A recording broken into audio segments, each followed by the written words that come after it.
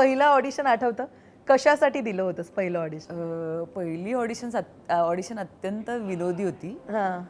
जी मी फोनवर दिली होती जेव्हा मी सोलापूरला होते आणि ती सिरियल होती घडले बिघडले आणि 3 कॅमेरा सेटअपची ती सिरियल होती.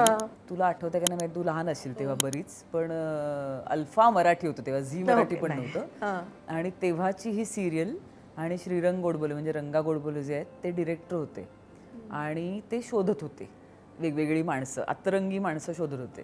त्यामध्ये माझा नंबर लागला आणि आई आणि मी सोलापूरला गेलो होतो.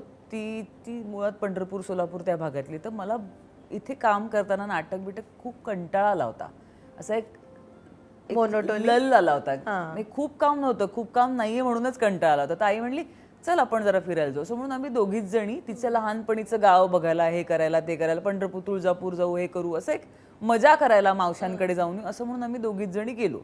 तर हेच जो फॅमिली सपोर्ट आहे तो असा. आणि घरी फोन केला, मोबाईल बिबाईल काही नव्हतं. आणि बाबा म्हणाले अगं ते श्रीरंग गोडबोल्यांचा फोन येतोय, सकाळी पण आला होता आणि दुपारी पण आला होता, त्यांनी हे नंबर ठेवलाय, तुला फोन करायला सांगितलं. तर म्हटलं की काम आलं का काय? मग फोन केला, म्हणलं हॅलो, हां मुक्ता, मी रंगा बोलतोय. हां रंगा सर बोला, गाणं म्हणून दाखव. मी मुक्ता बर्वे, मी मला माहिती आहे तू काम कर, गाणं म्हणून दाखव. तर मी काहीतरी भयंकर गाणं गाऊन दाखवलं. छान छान मस्त मस्त. हां ठीक आहे, एक काम कर, तू परत कधी येतेस? म्हणलं मी 3 दिवसांनी माझी परतीची गाडी आहे, बुकिंग आहे आमचं. हां ठीक आहे, मग तू मुंबईत ये, या स्टुडिओमध्ये ये. म्हणलं काय सिरियल करतोय आपण, तुझं कास्टिंग झालंय. माझी पहिली ऑडिशन ही सिंगिंगवर झालेली आहे.